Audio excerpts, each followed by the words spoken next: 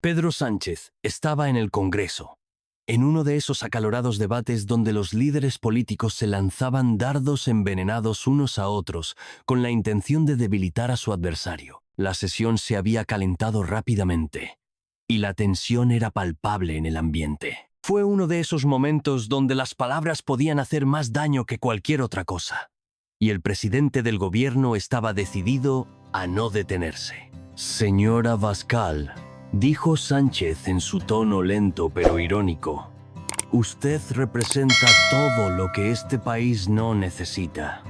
Un parásito político, alguien que nunca ha trabajado fuera de la política y quien se ha beneficiado del dinero público durante años sin aportar nada». La Cámara estalló en murmullos, risas entre los diputados del PSOE y Unidas, Podemos y gestos de desaprobación en el banco Vox. Santiago Abascal, sentado en su asiento, apenas reaccionó. Al principio, se limitó a entrelazar sus dedos y observar a Sánchez con una mirada que no revelaba ninguna emoción.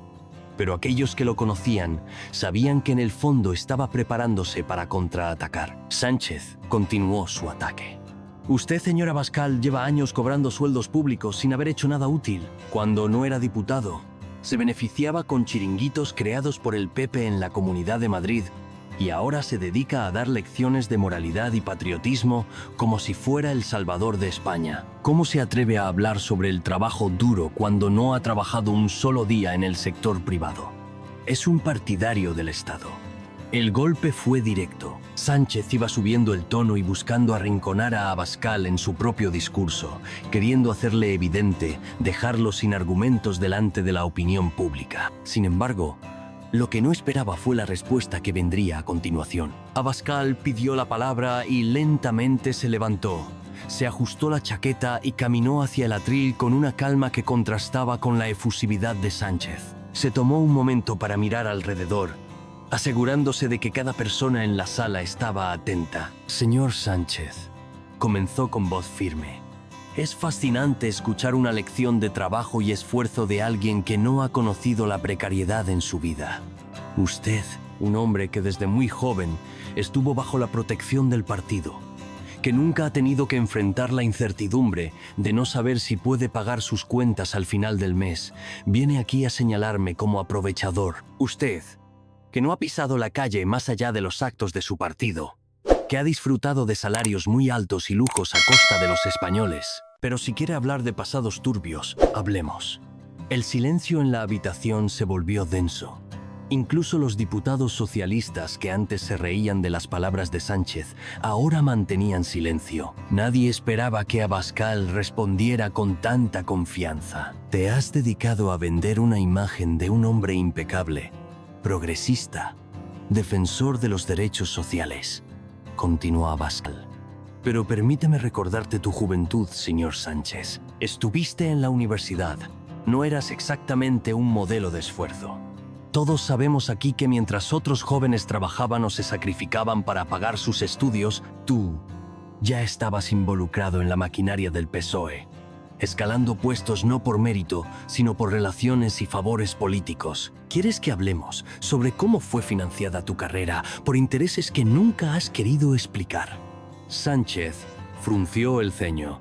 No esperaba que Abascal tuviera información que pudiera incomodarlo. «Señor Sánchez», continuó Abascal, «hablemos de tu etapa en Estados Unidos. Siempre te jactas sobre tu doctorado. Pero ¿por qué no nos explicas de dónde vino el dinero para tus estudios? Porque todos sabemos que tu carrera académica está llena de sombras. Y si quieres que hablemos de gorrones, hablemos de los que han hecho de la política su forma de vida sin haber aportado algo útil a la sociedad. Usted, presidente, siempre ha vivido de los impuestos de los españoles sin haber creado un solo empleo, sin haber invertido un solo euro de su bolsillo en la economía de este país». Los murmullos en el hemiciclo crecieron. Sánchez intentó interrumpir, pero Abascal elevó la voz. «No me interrumpa, señor Sánchez», exclamó con autoridad. «Me has señalado como aprovechador. No he necesitado que nadie me hiciera un doctorado para tener un currículum presentable. Al menos, yo no me he rodeado de empresarios con ideas afines para financiar mis proyectos políticos a cambio de favores. Al menos yo no he hipotecado el futuro de este país con oscuros pactos con separatistas y comunistas solo para quedarme en el poder. Eso es verdadero parasitismo, señor Sánchez. Sánchez se removió en su escaño. Los diputados socialistas intentaron mostrar indiferencia, pero el malestar era evidente.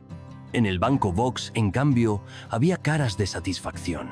Abascal había conseguido lo que quería: devolverle el golpe a Sánchez y al mismo tiempo exponer lo que consideraba la hipocresía del presidente. Así que la próxima vez que quieras llamar a alguien aprovechador, mírese en el espejo, señor Sánchez, concluyó Abascal. El Congreso estalló en aplausos y abucheos al mismo tiempo.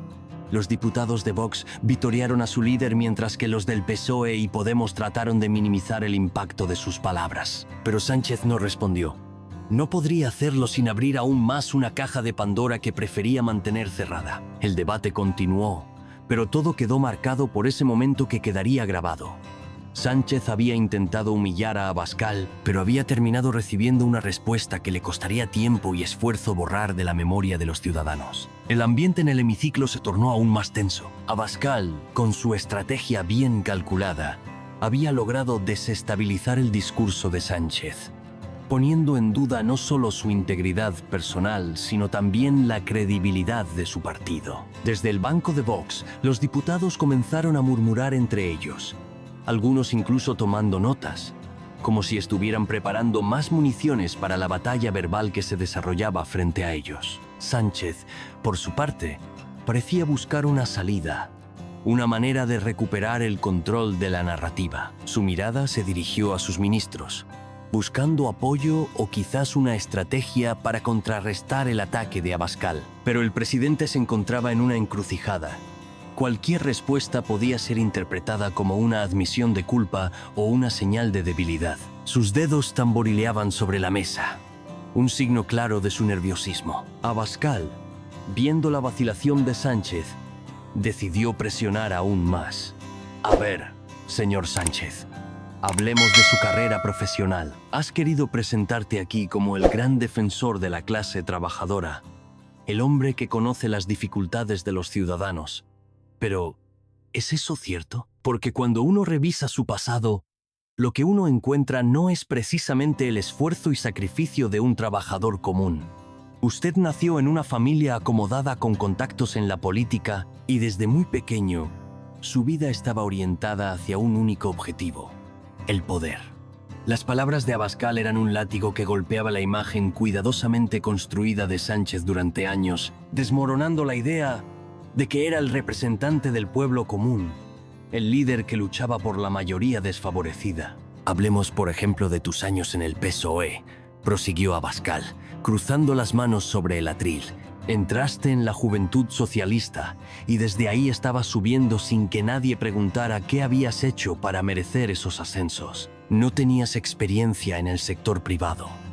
No habías trabajado en un puesto donde tu rendimiento fuera medido por méritos reales. Simplemente fuiste colocado en los lugares correctos, en los momentos correctos. El murmullo en la bancada socialista creció. Algunos intentaban interrumpir con gestos burlones, pero la mayoría mantenía la boca cerrada, conscientes de que estaban en un punto crítico. El silencio en el hemiciclo era engañoso. No fue el silencio de la indiferencia, sino el de la tensión contenida, de las mentes que procesaban lo que acababan de escuchar. Santiago Abascal permaneció de pie ante el atril, con la mirada fija en Pedro Sánchez, que por primera vez en mucho tiempo parecía no tener respuesta inmediata. El presidente frunció sus labios, tamborileando con los dedos sobre la mesa, con la mirada perdida entre los papeles delante de él. Sabía que cualquier palabra falsa podría ser utilizada contra él. Había querido exponer a Abascal, pero ahora se encontraba en la incómoda situación de ser él quien tuvo que justificar su pasado. Desde la bancada de Vox, los diputados sonreían, intercambiando miradas cómplices entre ellos. Iván Espinosa de los Monteros apenas pudo ocultar una mueca de satisfacción. Macarena Olona, con los brazos cruzados, miró directamente a la bancada socialista con aire desafiante. Jorge Buxadé asintió gravemente hacia el otro lado. Los ministros de Sánchez intentaron mantener la compostura. A pesar de ello, algunos, como Félix Bolaños, miraron inquietos al presidente, esperando que reaccionara, pero Abascal no había terminado aún. Su voz lenta pero firme llenó la cámara de nuevo.